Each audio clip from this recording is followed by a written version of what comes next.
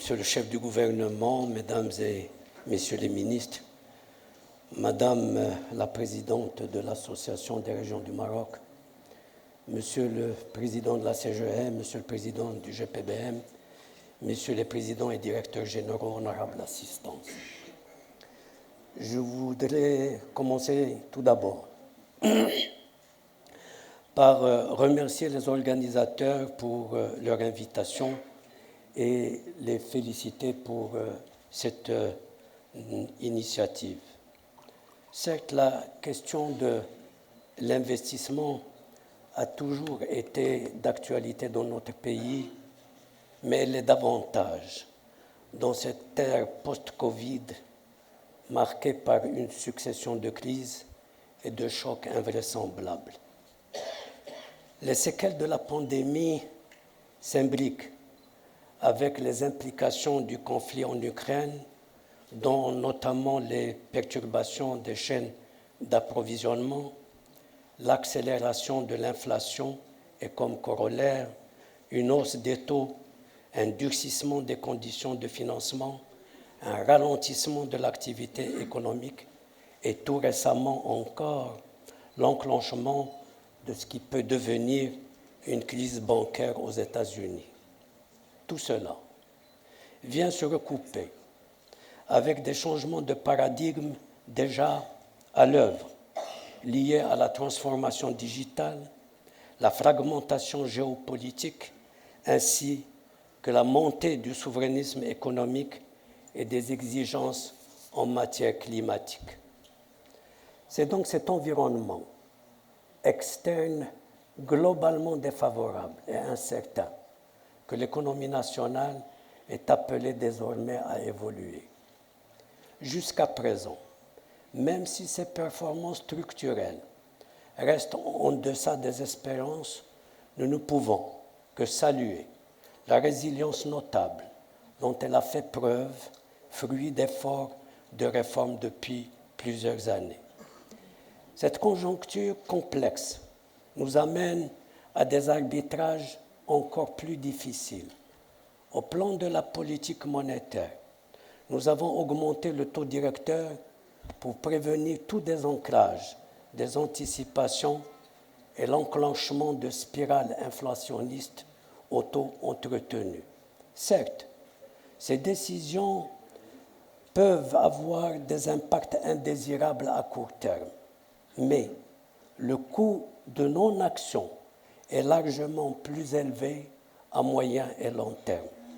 À cet égard, l'unanimité au sein des communautés financières et académiques est claire. Il ne peut y avoir de croissance durable et inclusive sans stabilité macroéconomique, en particulier celle des prix. Ce constat est valable de manière plus générale pour toute réforme nécessaire. La reporter ne ferait qu'accentuer sa difficulté et alourdir son coût économique et social. Aujourd'hui, devant un agenda de réformes chargé et des pressions sur les ressources de l'État, le grand défi est d'opérer un saut qualitatif et quantitatif de l'investissement privé au bénéfice de la croissance et de la création d'emplois. À Banque el Maghreb, cet objectif n'a jamais été absent de notre action. Nous poursuivons en effet les efforts dans tous nos domaines d'intervention en faveur notamment de la TPME pour faciliter son accès au financement à travers des programmes dédiés, la diversification d'instruments de financement. Nous travaillons de façon permanente à l'amélioration de la relation banque-client, à la promotion d'une concurrence saine, à la digitalisation des services bancaires, en veillant également de très près sur la solidité du système bancaire à travers la mise en œuvre de règles prudentielles en ligne avec les standards internationaux. Mesdames et messieurs, malgré le contexte difficile, nous n'avons d'autre choix que d'œuvrer à l'accélération du rythme de développement de notre pays, capitalisant dans cela sur les avancées réalisées et les chantiers initiés sous le leadership de Sa Majesté le Roi. Nos atouts sont la stabilité politique, un agenda de réformes important, un environnement des affaires largement assaini, un système bancaire stable et compétitif, ainsi qu'un positionnement international privilégié. C'est à la faveur de ces atouts que notre pays engrange des succès notables.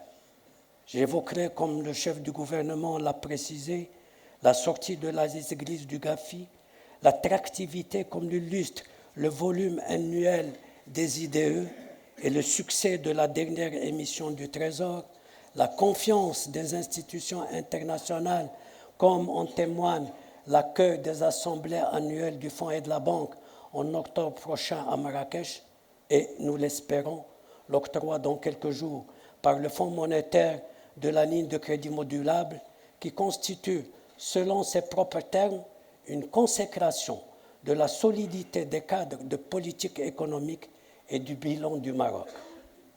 Mesdames et messieurs, pour consolider les avancées et réaliser les objectifs que s'est fixé notre pays, il est impératif, comme l'a précisé encore une fois le chef du gouvernement, que toutes les parties prenantes fassent converger ensemble leurs actions et leurs efforts. Cela ne peut se faire qu'à travers un dialogue permanent, le suivi régulier et l'évaluation, le tout en synergie et dans un esprit constructif, loin de toute surenchère et invective.